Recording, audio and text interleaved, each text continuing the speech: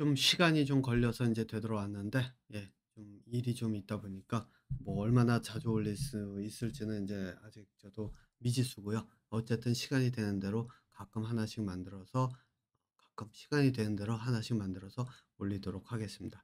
자, 요번 영상 제목은 정의란 무엇인가로 정했습니다. 정의란 무엇인가로 유명한 사람 있죠? 하버드 대학의 마이클 샌델 교수. 근데 그 사람의 영상을 보고 또는 뭐 수업에 공개된 유튜브에 공개된 강의, 저는 인제 한 두 개인가 본 것 같은데, 그런 것들 한 두 개인가 세 개인가, 그 사람이 관련된 거는 한 두세 개 본 것 같아요. 그 사람이 정의를 이야기하면서 정의를 정의 내리지 못합니다. 하지만 이 사람이 잘하는 건 뭐냐면 학생들로 하여금 비판적 사고를 인제 뭐죠? 키울 수 있도록 인제 가르치는 건 사실이거든요. 예. 그래서 이런 비판적 사고라고 하는 것들을 놓고 보면 이게 그겁니다. 이게 비판적 사고라고 하는 게 두 종류로 진행이 되는데, 이 사실 제가 마이클 샌델 교수의 두뇌 수준을 여기서 얘기하자면 비판적 사고 중에서 가장 기본적인 것 하나 정도 다루는 거지 그 이상은 다루지를 못해요.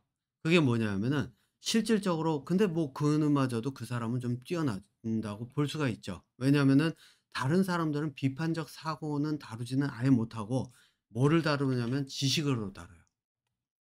제가 예를 들자면 이거예요. 환경 문제, 뭐 기후 문제 이러죠. 지금 한국에서 뭐 강원도 지역 강릉이었나 보니까는 굉장히 가뭄이 많이 들어 가지고 힘든 시기를 보냈었고, 또 지금 태풍 때문에 중국의 한 지역에서는 아예 폭우가 쏟아져서 왕창 쓸려 내려가고 있는 그런 상황이고, 물론 인제 여기 캐나다도 마찬가지로 어 산불이나 이런 것들이 지금 아직도 지속되는, 지금 9월 달 벌써 말이 돼 가는데도 아직도 지속이 되는 이런 것들이 있는데, 이런 상황인데, 이것처럼 이런 기후에 대한 이야기들을 하는데 비판적 사고, 마이클 샌델 교수가 다루는 비판적 사고의 수준은 어느 수준이냐면 지식이 필요 없는 수준이에요. 인제 예를 들면 이런 거예요. 이거는 마이클 샌들, 제가 아마 좀 이따가 이야기를 다루게 되는 과정에 들어갈 텐데, 그게 뭐냐면은 어 이 예전에 제가 기억하는 거예요. 이거는 정확하진 않을 수 있는데 제가 기억하는 거로는 뭐였냐면은 이 자동차, 미국의 자동차 회사인지였는데 결함이 있어서 사고로 인해서 사람이 죽은 경우가 인제 생긴 거예요. 그랬는데 인제 이게 법정으로 가서 결함이 있는데 리콜을 안 했다는 게 인제 들어갔나? 아니면 뭐 리콜을 하니 마니, 아니면은 이게 책임이 회사에 있니 없니 이래 가면서 갔는데, 나중에 인제 메모가 발견이 됐다 그래요. 그게 메모가 뭐였냐면 이 회사에서 계산을 한 거예요. 뭐냐면은 이 사람이 죽었을 때 이 사람에게 보상하는 금액, 몇 억씩 되는 금액이겠죠. 그것이 1 년에 몇이 되는지, 뭐 1 년에 확률이 몇이 되는지, 그리고 1 년에 몇 명이 되면서 이게 언제까지 지속될지에 대한 계산을 한 게 있고, 그다음에 하나는 뭘 계산했냐면은 이거를 리콜을 해서 회수를 해서 그걸 고쳐 줬을 때 거기에 들어가는 수리 비용이 차당 얼마씩 들어가는데 그 전체 금액이 얼마가 될지를 비교를 해 놓고 나서 봤더니, 야 수리 비용이 더 드니까 이게 차라리 사망 사고에 대한 보상금이 낫지 않겠나, 뭐 이런 거를 뭐 이렇게 좀 계산적으로 했다라고 하는 그런 인제 증거물 비슷한 게 인제 나와서 그게 논쟁거리로 간 거예요. 자, 그래서 그런 식으로 해 가지고 논쟁이 그게 법정으로 갔다 그래요. 인제 그런 내용, 그런 비슷한 내용을 가지고 하는데, 마이클 샌델 교수가 접근하는 걸 이렇게 딱 보면은 보면은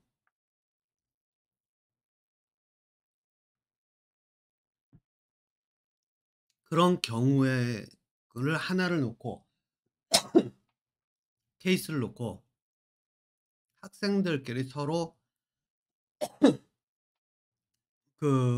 논쟁을 하도록 만들어서 해요. 그러면은 여러분도 한번 생각해 보세요. 그 논쟁에 어떤 법을 적용해야 된다, 뭐 어떤 경우에 뭐 어떤 사람이 뭐라고 얘기했는데 이 사람의 이야기 이런 철학자의 이야기에 따라서 뭐 어떻게 하고 이런 얘기들이 아무것도 없어요. 그럼 시작은 어디서부터 하느냐? 학생들이 그냥 자기들 생각만 가지고 해요. 그러니까 이게 뭐냐면 토론의 수준의 가장 낮은 수준의 그 수업 방식이라는 거예요. 하버드에서는 되게 자랑스럽게 하죠. 왜? 그렇게 수업하는 사람이 이 세상에 별로 없어요. 근데 그 사람은 그렇게 해요. 그런데 제가 이야기하는 수준에서 보면 수준이 한참 낮아요. 비판적 사고의 가장 이 걸음마 단계 정도밖에 안 돼요. 그러니까 여러분들이 지금 대학에서 받고 있는 교육이 그나마 그 사람 교육은 그나마 좀 나은 거예요. 실제로 다른 대학에서 가 가지고 다른 교수들의 수업을 보면 어떨 것 같아요? 비판적 사고 못 가르쳐요. 대부분이 어떻게 가르치느냐? 지식으로 때려 넣어 가면서 뭐 파이는 3.14 하고 이걸 가지고 어떻게 원주율을 구하고 어쩌고저쩌고 이런 식으로 해 가지고 수학 공식 보여줘 가면서 "야 이거 가지고 이렇게 계산하는 거야. 너 계산 왜 못하니?" 이것밖에 못해요. 자 그런데 진짜 비판적 사고는 지식과 합쳐졌을 때 그 힘이 폭발을 해요. 예를 들면 이런 거예요. 뭐냐면은 제가 이거는 예전에 4 대강 사업을 어항 관리에 대한 이야기로 했다가 올렸다가 인제 지웠다라고 한 적이 한번 있잖아요. 그게 뭐냐면은 인제 어항도 마찬가지로 어항 관리도 저는 예전에 저희 아이가 물고기를 너무 좋아해 가지고 한 6-7 년을 키웠는데 그 어항을 가지고 있었는데 물을 한 갈아 준 적이 없어요 거의. 어떻게 했냐면은 그 안에 탱크 안에 밸런스를 맞춰 줘서 물을 그냥 채워 줘 가면서 그 균형을 맞춰 주니까 크게 갈아 주질 않아요. 그래서 어떤 때는 그냥 한 반 정도만 이렇게 해 가지고 갈아 준 적도 있고 어떤 때는 그냥 채우기만 해서 한 1-2년 간 적도 있고 그러거든요. 그래서 그 균형만 잡아 주면 되거든요. 그래서 그 영상과 함께 그때 4 대강 사업에 대한 이야기를 하면서 제가 그 이야기를 했어요. "4 대강 사업을 한번 놓고 이야기를 한번 해 보자."라고 하면서 "어떻게 균형이 깨지냐."라고 하면서 요건 인제 제가 간단하게 반복을 하면 이거예요. 인제 요거는 지식이 같이 포함이 된 거예요. 일단 첫 번째 뭐가 들어가느냐? 4 대강 사업 흐르는 강을 막았다. 그럼 흐르는 강을 막았을 때 어떤 일이 벌어지느냐? 강은 온도가 낮은데 막아 놓는 순간부터 온도가 올라간다. 거기다 영양소가 축적이 된다. 영양소가 축적이 되면 어떻게 될까요? 말 그대로 그 안에서 저희 생명체가 폭발적으로 자라는데 생명체가 그 박테리아 같은 것들 그리고 뭐 뭐죠? 플랑크톤 같은 것 특히 플랑크톤이 많이 자라죠. 플랑크톤 같은 게 많이 자라는데 플랑크톤이 자라면 산소 포화도가 낮아진다. 그럼 물고기들은 죽고 그러면 살아남는 애들은 호수화된 데서 적합한 물고기들이 인제 살아남게 되고 그러면 걔네들이 그거를 찾아가게 되고 또 다른 문제는 막아 놨을 때 호수는 온도가 올라간다. 막아 놓은 물은 항상 온도가 올라가잖아요. 그러면 물이 온도가 올라가면 수증기 증발이 일어난다. 수증기 증발은 과학계에서 알려져 있어요. 이거는 지식이에요. 개념이기도 하지만 지식이에요. 물도 온난화의 온난화 가스 중에 그러니까 수증기예요. 인제 공기 중에 있는 그거의 하나로 쳐요. 이산화탄소만큼. 온난화처럼 올라간다. 온도가 지역에서 올라간다. 습도도 같이 올라간다. 그러면은 그 지역 주변의 기후가 천천히 왜냐면 기후가 천천히 바뀌어간다는 뭐냐면 호수 같은 경우에는 저희 4 대강을 보를 해서 물을 막아 놨으면 호수화되기 때문에 그 생태계가 호수화되기 때문에 말 그대로 그 생태계 자체가 바뀌는 거잖아요. 그러면 습도가 올라가면 주변의 그 생태계 식물과 동물의 생태계도 같이 쪼금씩 바뀌어 가거든요. 물론 인제 이게 시간이 걸릴 수밖에 없기 때문에 없지만 그렇게 된다. 거기다가 이 흐르는 강물을 막아 놨으니까 차가운 물이 흘러서 강이었을 땐 차가운 물이 흘러서 바다로 갔을 때 바다에 가면은 그게 찬물이 들어가면서 바다 주변의 온도를 낮추는 왜냐면 강은 계속 흘러가잖아요. 그죠? 그래서 쪼금이라도 낮추는 역할을 하는데 흐름이 거의 막혀 있는 상태에서는 그 역할도 줄어든다. 그럼 바다 또한 온도가 어쨌든 이런 것들이 쭉 이야기가 됐어요. 이거는 지식과 비판적 사고가 두 개가 합쳐진 거예요. 물론 이제 나중에 가면은 이 비판적 사고를 발휘하기 위해서는 지식을 이게 지식으로 써야 될 게 아니라 개념화를 시켜야 되거든요. 개념화. 예. 근데 이제 고거는 제가 빼놓고 얘기를 할게요.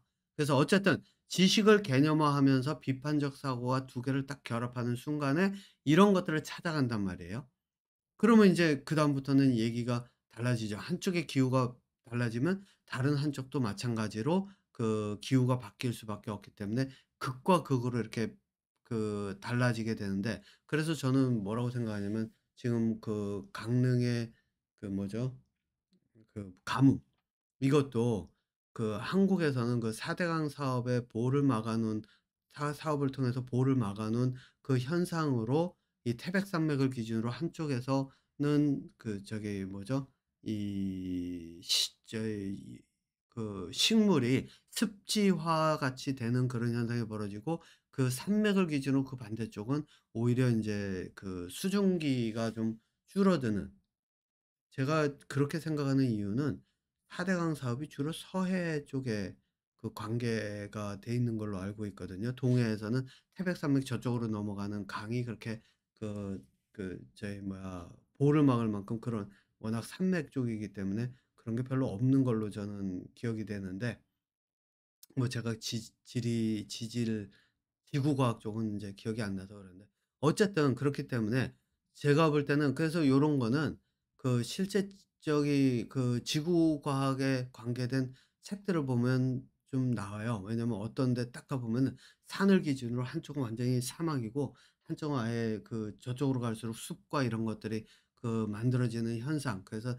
산이 인제 습기를 습기의 이동을 좀 막는 그런 역할을 하고 뭐 이런 것들이 있는데, 뭐 어쨌든 그런 현상이 인제 벌어지는 것 때문에 제가 그랬습니다. 제가 뭐 자세하게 이야기를 여기서 할 거는 아니지만 어쨌든 그런 내용으로 제가 인제 영상을 올렸었는데, 제가 여기서 이야기하고 싶은 이야기는 뭐냐면은 비판적 사고와 지식을 개념화시켜서 사용할 수 있게 되면 비판적 사고는 폭발적으로 한 번에 확 늘어난다는 거예요.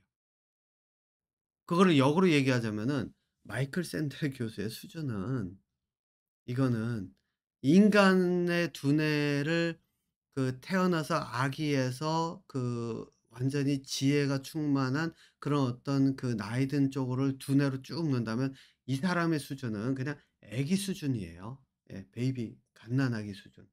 이제 비판적 사고를 쪼끔 더 할 수 있는, 요거는 하지만 요 비판적 사고부터는 인간 고유의 두뇌예요.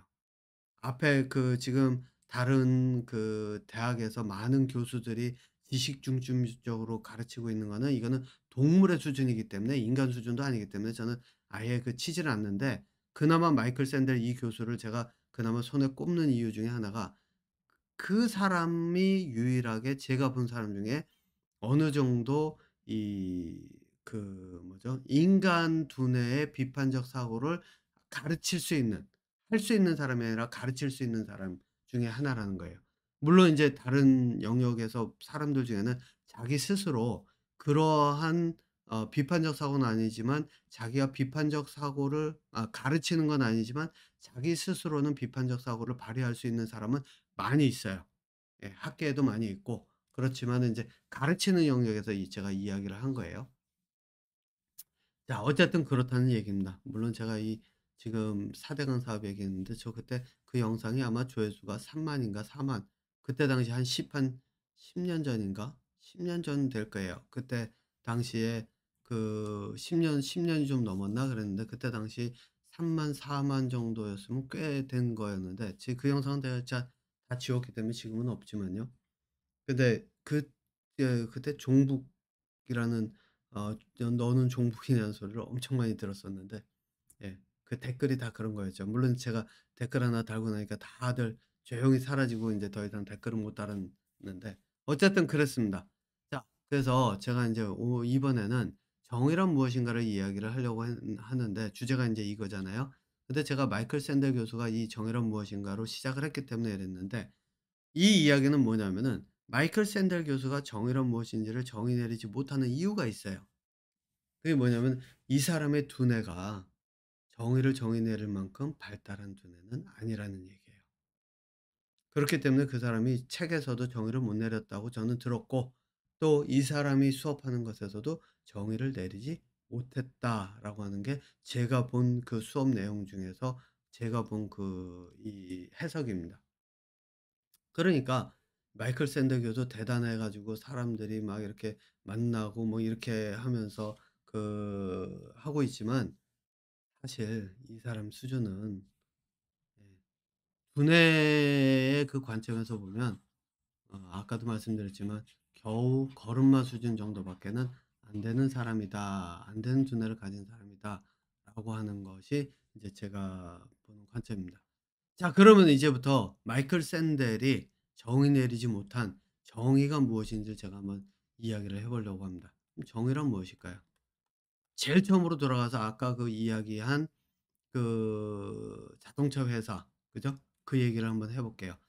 자동차 회사는 인제 주장을 이렇게 얘기를 한다고 제가 얘기를 해 볼게요, 딱 나눠서.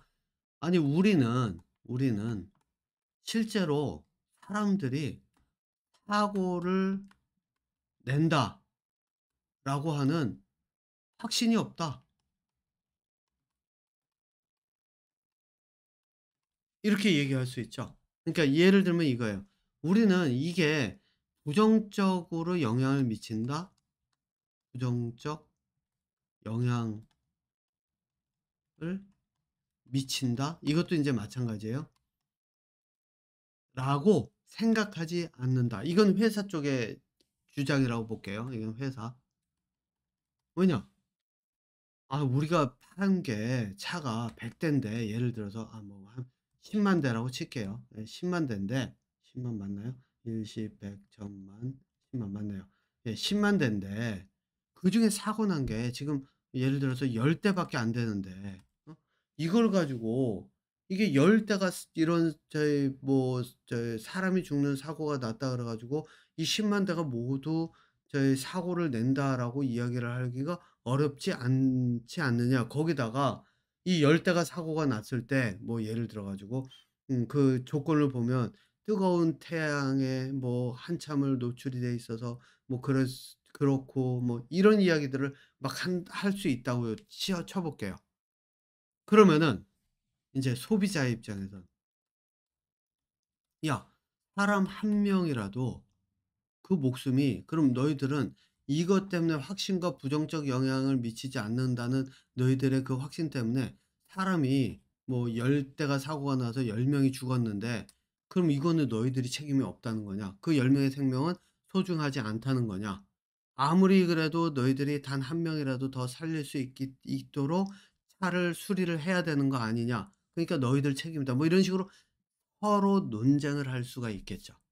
이게 인제 법정에서 벌어지는 싸움일 거잖아요. 자 그러면 사람들이 이게 어디에 빠지냐면은 추상적인 개념에 사람들이 이렇게 착각으로 빠져요. 이게 뭐냐면은 '아니 내가 볼 때 이거는 부정적 영향이 아니야.' 인제 이게 제가 자동차 사고만을 이야기하는 게 아니라 인제 일반적으로요. 어떤 사람이 회사의 그 회장이 저기 뭐야 이 직원에게 얘기를 해요. "야 너 가 가지고 좀 내 차 좀 세차 좀 해. 차가 지저분해서 나 못 보겠다. 가서 세차 좀 해." 근데 이 직원은 그 세차나 이런 걸로 고용된 직원이 아니라 사무직으로 직원을 고용이 됐다고 쳐요. 그러면은 그 사람들이 그러겠죠. 나중에 와서 "아니 나에게 이 사람은 부당한 예 부당한 명령을 내렸다." 법적으로 그 인제 끌고 갔다고 쳐요. 그럼 회장이 어떻게 얘기하죠? "나는 이거 부당한 명령이라고 생각 안 하는데." 왜? 아니 야 내가 이 회사의 회장이야. 그리고 내 차가 깨끗하고 그래야 내가 밖에 나가 가지고 다른 사람들과 협력도 하고 그 프로젝트나 이런 것들에 대해서 뭐 회 저 뭐죠? 협상도 하고 그래 가면서 프로젝트를 만들고 그런 거 들고 와야 너희들이 내 회사에서 일을 하면서 그 프로젝트 가지고 먹고 살고 하는 거 아니야? 이제 성취감도 느끼면서 니들 인생 살아갈 때 그렇게 열심히 살아가면서 보람도 느끼고 그렇게 살아갈 수 있는 거 아니야? 내가 너희들 삶을 살아갈 수 있도록 만들어 주는데 내 세차하는 거 그거 하나가 뭐가 대수라고 너희들 이거를 부당한 명령이라 그래. 어? 이렇게 얘기를 할 수가 있다는 얘기예요. 그럼 법정에서 어떡하죠? 싸워요. 근데 싸운다고 이거 가지고 결론이 날까요? 결론 잘 안 나요. 왜? 따지고 보면은 이쪽 말도 그렇고 저쪽에서 "나는 이건 내가 회사에서 그 저거 뭐야 저희 취직할 때는 내가 이거 하려고 온 게 아닌데." 그러면은 얘기하죠. "그건 네 생각이지. 그럴 거면은 네가 회사에 오지 말았어야지." 이렇게 얘기하면 그만이에요. 그러다 보니까 인제 어떻게 되느냐. 법으로 만들어요. 그래서 그 계약을 하는 거죠. 신입사원 들어오면 계약서 쭉 해 놓고 "너 사인해, 여기." 회사는 또 회사대로 그러면은 여기서 인제 그 법 저희 규칙에 따라 인제 이런 것들을 해요. 그러다 보니까 '아 이런 행위는 이거는 회사 규칙 또는 법에 어긋난다.'라고 이야기를 하니까 인제 어떡하죠? 이거는 빼도 박도 못 해요. 딱 가니까 "당신 봐라. 법에는 이렇지.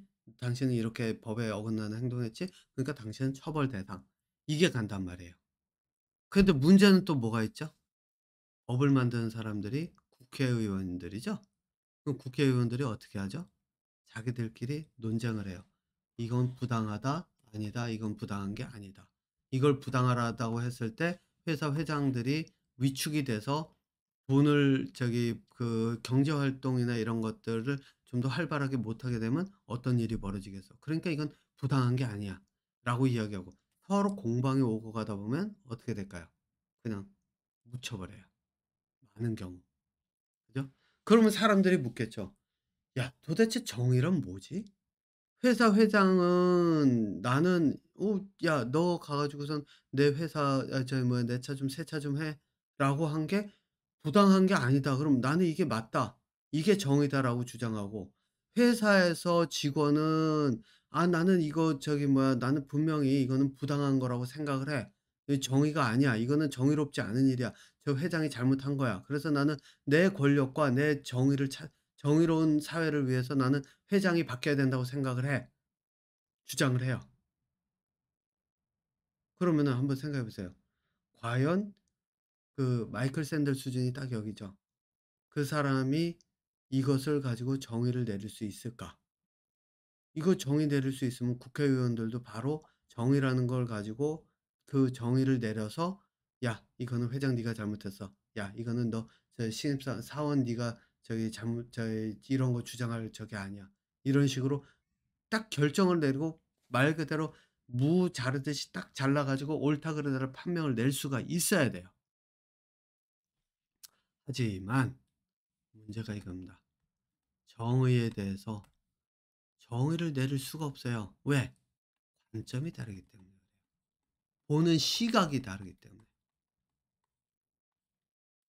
사람마다 내가 처해 있는 환경에서 바라보는 시각과 저 사람이 처해 있는 데서 바라보는 시각이 달라요. 시각이 각각 다 다르면 이걸 어떻게 할 거예요? 이 사람은 이렇게 다루고 또 이 사람의 관점에서 이제 예를 들어서 이쪽의 생명이 사고 나서 죽은 사람의 생명이 소중하고 그 사람이 진짜 그 사람은 죽어서 사회적으로도 손해가 많이 나기 때문에 당신들이 그 저희 뭐야 1억 이나 이런 걸로 배상을 할 수 있는 만한 그런 생명이 아니다."라고 이야기하면 사람들도 따질 거 아니에요. 아니 1억 이라고 하는 돈 그 생명이 1억 예전에 예전에는 뭐 한 2억 3 억도 큰돈이었으니까 그런데 요즘은 한 10억 된다고 칠게요. 근데 한 10억 이다라고 하면은 이쪽에서는 '야 이 사람의 가치가 왜 10억 까지 되느냐. 우리는 10억 정도 10억 이상 되느냐. 우리는 10억 이라고 볼 수밖에 없다.' 여기서도 또 싸워요. 그러면은 이 도대체 '정의가 뭐지?'라고 하는 이야기가 또 나올 수밖에 없어요. 이 사람의 생명을 돈으로 환산하는 게 정의냐, 돈으로 환산하지 않는 게 정의냐. 그러면 이 생명을 돈으로 환산할 수 없으니까 10억이 아니라 이 사람이 원하는 대로 줘야 되는 게 정의냐, 아니면은 이쪽에서 얘기하는 대로 그냥 그 정도 선에서 끝내야 되는 게 정의냐. 왔다 갔다 싸움이 계속되는 게 그렇단 말이에요. 이 차이가 어디서 오냐? 좀 전에 얘기한 것처럼 관점의 차이예요. 관점의 차이에서 오니까 정의를 내릴 수가 없어요. 그럼 관점의 차이는 어디서 오죠? 사람에 따라서 와요. 그럼 사람에 따라서 오면 사람이 서로 살아갈 때 여기에 이 사람 A라고 하는 사람과 B라고 하는 사람이 있어요. 그러면은 B라고 하는 사람이 없으면 A라고 하는 사람이 정의를 외칠 이유가 있을까요? 없어요. 그러니까 이 얘기는 뭐냐? 내가 없고 네가 없고 우리라고 하는 사회가 없으면 정의라고 하는 개념은 아예 존재할 수 없는 거예요. 그죠? 그래서 정의는 원래 존재하지 않는 개념이에요. 자연에서 태양도 있고 이거는 생명체가 태어나기 전부터 있는 거예요. 그렇기 때문에 그거는 존재해 온 거지만 정의는 인간이 만들었어요. 그럼 이 정의를 가지고서는 왜 정의 내리지 못하느냐? 인간의 관점에 따라서 계속 바뀌고 상황에 따라서 계속 자기들이 어떻게 해석하고 어느 사람의 누구의 이야기를 다른 사람들이 손을 들어주느냐에 따라서 정의에 대한 정의가 계속 달라졌기 때문에 정의를 정의 내릴 수 없다는 거예요. 자, 그런데 그러면은 인제 여러분들 이 생각은 하시겠죠. 그럼 정의를 정의 내릴 수 없고 정의는 원래 존재하지 않는 거라면 그럼 인간 사회에서 정의를 따질 필요 없이 살아가야 되는 건데 그러면 이 사회가 너무 폭력과 권력자들의 세상이 폭력이 난무하고 권력자들의 세상이 되지 않겠는가라고 질문을 할 거예요. 그죠? 그렇게 질문하시는 분들이 있겠죠. 제가 인제 그 예를 하나 들어 볼게요. 예전에 있었던 저는 이제 인간이라고 생각해요. 사람들은 신의 아들이라고 생각을 하지만 예전에 있었던 석가모니 얘기는 이제 뭐 조금 그런 얘기가 정확하게 없기 때문에 아니 있는데 좀 그게 제가 정확하게 다 설명을 할 만큼 제가 지식적으로 알고 있지를 않으니까 고 빼고 요 얘기는 잘 알려진 예수의 얘기이기 때문에 잘 알려진 거니까 그래서 인제 제가 이 예수의 얘기를 들어볼게요. 저는 인간이라고 봐요. 예. 예수가 유명하게 알려진 이야기 중에 이게 있죠. 가늠한 여자에게 사람들이 돌을 던지려고 돌을 들고 쳐 죽인다라고 할 때 실제로 예수가 십자가에 매달린 지 2000 년이 넘은 걸로 알려져 있음에도 불구하고 아직도 돌로 처형하는 이제 가늠한 여자를 돌로 처형하는 그런 제도가 남아 있죠. 그런 문화가. 이건 제가 영화를 봤어요. 한 2년 전인가 영화를 봤는데 그게 인제 다큐멘터리형 영화 스토닝이라고 영어로는 제목이 있는데 말 그대로 돌로 처형하는 그 얘기예요. 근데 이게 남편이 다른 여자랑 놀아나고 다른 여자랑 결혼하고 싶어서 그러니까 여자가 많은데 또 다른 여자랑 결혼하고 싶어서 자기의 기존에 이제 이제 말 그대로 조광지처라고 할 수 있는 처음에 결혼한 그 부인을 실제로 인제 이제 바람을 피지 않았는데 바람을 폈다고 모함을 해요. 그다음에 저는 인제 그 영화에서 처음 봤어요. 실제 인제 돌로 처형하는 게 어떤 모습인지 그랬더니 이제 하체 반을 땅에 묻어 놓고 그다음에 돌을 아이들이 구해 오게 만들더라고요. 아이들이 구해 오게 만든 다음에 그다음에 제일 먼저 돌을 던지는 게 그 자식이었나? 제가 영어는 정확하게 기억이 안 나는데 아들들이 먼저 돌을 던지게 만들더라고요. 예. 그래서 죽을 때까지. 예. 그러니까 이게 뭐냐면은 가족이 던짐으로써 다른 사람들은 당연히 던지는 이런 죄의식을 좀 덜어가는 그러니까 그 모든 것들을 인제 저희 여자에게 몰아가는데 특히 자식들로 하여금 죄책감을 느끼지 않게 함으로써 다른 사람들이 인제 함께 죄책감을 느끼지 않는 이런 형태로 인제 만들어 가는 걸로 보였는데 아이들은 왜냐면은 죄의식이 없거든요. 예 실제로. 예. 그러니까 아이들은 시키면 하기 때문에 그렇게 이제 하는데 그러고 나면 시작이 됐으니까 더군다나 자식이 던졌으니까 다른 사람들은 얼마든지 던질 수 있는 그런 이 죄의식에서 좀 벗어나는 그런 게 있겠죠. 어쨌든 그건 영화의 얘기인데 근데 예수가 어떻게 했죠? "돌 던지겠다."라고 하는 사람들 손에서 돌을 내려놓게 만들었죠, 가늠한 사람들에게. 그게 어떻게 가능했을까요? 저는 그게 가능한 게 바로 그거예요. 그 사람들이 손에서 돌을 던지려고 하면서 간음이라고 하는 거는 단죄를 받아야 되는 거고 그 사람을 돌로 쳐 죽임으로써 그 여자를 돌로 쳐 죽임으로써 정의를 구현한다. 이게 그 사람들의 그 하나의 문화였다고 한다면 그 문화를 깨버린 거예요. 그죠? 예수는. 그래서 그 관점을 확 뒤바꿨어요. 그럼 어디에다 뒤바꿨을까요? 제가 볼 때는 돌을 던지는 사람들에게. 그 돌을 던지는 사람들에게 어떻게 했을까요? 제가 인제 이야기를 하는데 보통 사람들이 이럴 때 쓰는 게 가장 쉽게 접근하는 게 그거죠.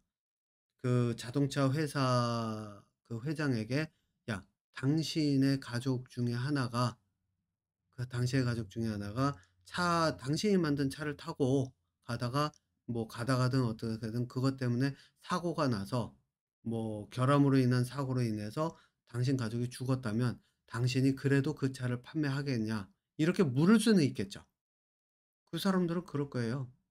그 순간을 벗어나기 위해서 '나는 뭐 그럴 수 있지. 왜 확률이 뭐 한 저 10만 분의 1이 이 저기 10 인데 내 아이가 그것에 될 확률이 나는 별로 없다고 보는데.' 이러면서 발뺌을 할 수 있을 거예요. 실제로는 어떻게 하느냐? 그 차를 안 타게 하겠죠. 네. 그런데 그렇게 접근해 가지고는 그 사람들의 두뇌를 바꿀 수가 없어요. 그 사람들 손에서 돌을 내려놓게 할 수가 없어요. 왜? 그 사람들은 실제로 그렇게 얘기하고 그걸 가지고선 포장을 해 놓고 "내가 옳다."라고 얘기하고 "이게 정의다."라고 얘기할 테니까요. 그럼 어떻게 해야 되느냐? 그 사람들의 두뇌를 뚫고 들어가야 돼요. 어떻게 들어가느냐? 여기서 인제 돌을 던지려고 하는 사람들에게 묻는 거예요. "가늠한 게 왜 죄지? 왜 그게 정의 다 가늠한 여자를 그 단죄하는 게 왜 정의를 구현하는 거지?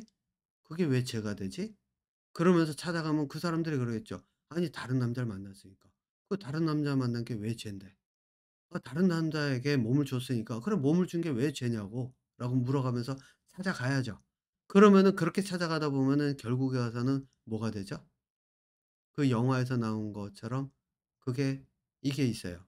둘 중에 하나예요. 여자가 실제로 간음을 했다 그러면은 그 간음했다는 건 이 여자를 내 소유물로 생각하기 때문에 "너는 내 소유물인데 내 거를 내가 다른 놈한테 뺏겼는데 이게 내 물건이면은 그 다른 놈 훔쳐간 놈을 벌하면 되지만 이게 내 물건인데 이게 내 물건에 의지가 있어서 지 발로 갔네? 그러니까 나는 너를 죽여야 되겠어." 이게 돼 버리는 거예요. 그죠? 그럼 얘기를 하죠. "인간이 소유물이 될 수 있는가?"로 시작을 하죠. 그러면서 "그럼 당신이 그 소유물로 생각하는 그 생각은 어디서 왔을까?" 그래 가면서 하나하나 찾아가다 보면 이거는 동물적인 사회에서 권력을 가진 자가 그 밑에 모든 사람들을 다 내 것으로 권력을 가진 자가 그러니까 내 이제 종으로 생각하면서 권력을 휘두르는 그런 것에서 오고 있고 그건 동물의 두뇌고 결국 네 능력이 부족해서 네가 저 사람 바람피지 않게끔 그 사람을 이끌어가면서 그 사람을 충분히 만족시키지 못하는 네 능력에서 오는 거고 뭐 이런 제가 여기서 이제 구체적으로 얘기는 하지 않을 거예요. 예 그런 이야기들을 쭉 해 가면서 하든가 아니면 두 번째로 찾아가면서 "야 네가 결국에는 다른 여자 만나고 너는 그렇게 돌아가면서 그거를 원하니까 그 여자를 쳐 죽이려고 하는 거 아니냐."라는 식으로 이야기를 해 가면서 또 거기서도 마찬가지로 "그게 어디서 왔을까? 네 머릿속에서 그런 생각이 왜 왔을까? 그 생각의 근원은 뭘까? 그건 과연 인간의 두뇌라고 할 수 있을까?" 이런 것들을 찾아가다 보면 결국에 가서는 사람들은 손에서 돈을 내려놓게 됩니다. 왜?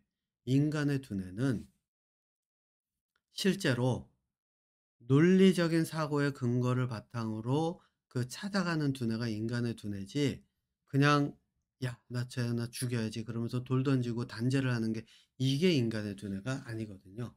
네. 그러면 한번 인제 생각을 해 볼게요. 여기에는 정의가 필요할까요?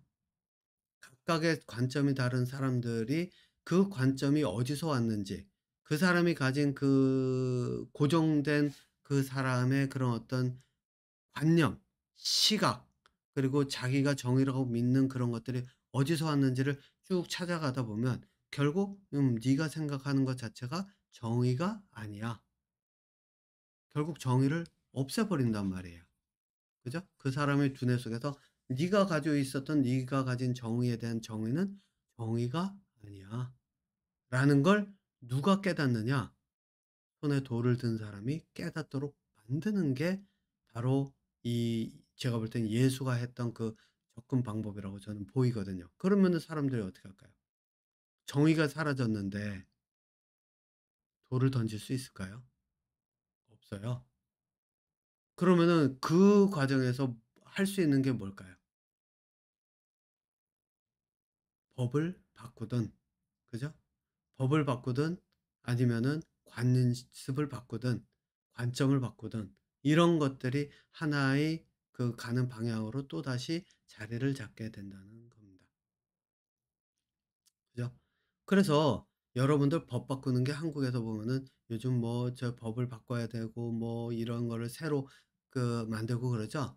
사람들이 법을 바꾸려고 그 국회의원들이 제가 최근에 본 거는 내란 특검법 뭐 이런 걸로 저희 발의하고 뭐 이런 얘기들이 나오는데 이게 뭐냐면 법을 법으로 계속 바꿔가면서 그거를 정복을 하려고 하는 거예요. 상대를 죽이려고 하는 거. 그런데 저는 뭐라고 얘기하느냐. 실제 사람들의 사회에서 그 사회가 원만하게 서로가 자기들의 그런 어떤 이 협상이나 이런 걸 통해서 자유로운 사회, 서로가 서로를 존중하는 사회를 만들려고 한다면 법이 필요한 게 아니라 법을 만든 그 두뇌에 들어가 있는 그 관점들을 바꿔서 법을 만들 이유들을 다 없애버려야 돼요. 네. 그게 이제 궁극적으로 가는 그 인간 사회가 가장 자유롭고 그 유토피아라고 할 수 있는 거 있죠? 예, 유토피아로 가는 한 방향이라는 거예요. 그러려고 하면 어렵겠죠? 예, 굉장히 어려울 거예요.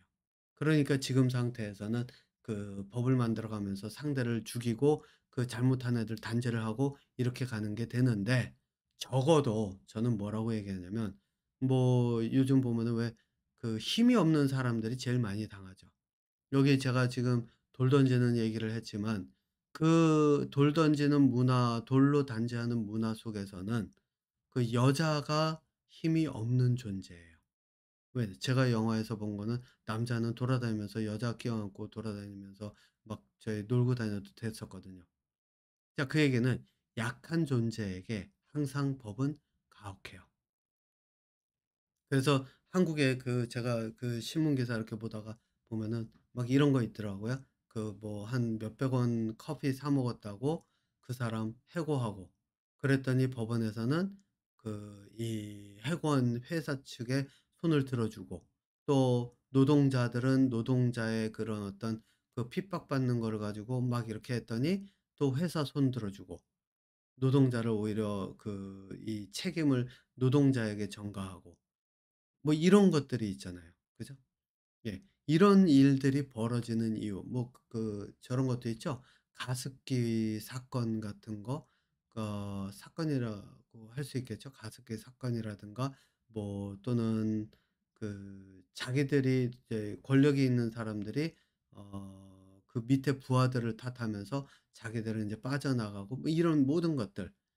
그리고 뭐 요번에 보니까는 뭐 무슨 하나의 문제가 생길 때마다 자기들이 들통만 안 나면 어쨌든 포장만 하려고 하는 그런 것들. 그러면 손해는 누가 떠안냐면 없는 사람들, 소비자 이런 사람들이 손해를 떠안을 수밖에 없는 조건이 만들어지잖아요. 이렇게 사회가 형성이 된 이유 중에 하나가 바로 관점이 시각에 따라서 정의가 만들어지고 정의에 대한 정의를 누가 내리느냐 자기 권력을 가진 사람들의 관점에 의해서 만들어졌기 때문에 벌어지는 일이라는 거예요. 그럼 어떻게 해야 될까요? 이 뒤집으려면 방법은 하나예요. 권력자들이 가진 머릿속에 있는 정의를 없애버려야 돼요. 그 사람들이 정의라고 외치는 것이 정의가 아님을 뚜렷하게 보여줘야 돼요. 그거는 상대적으로 쉬워요. 예. 그거에 대한 얘기는 아마 예전에 제가 올렸던 영상 중에 하나가 있을 거예요. 빨갱이를 외치는 자가 오히려 빨갱이고 예 왜? 종북을 제가 그걸 했네요. 종북을 외치는 자가 종북이라 "당신이 종북이다."라고 외치는 자가 그 사람이 바로 종북이고 왜?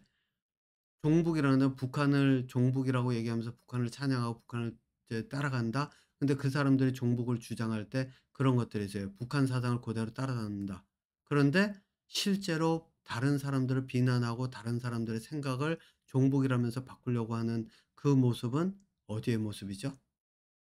북한에 있는 그 세뇌라고 하는 과정의 모습이죠. 예.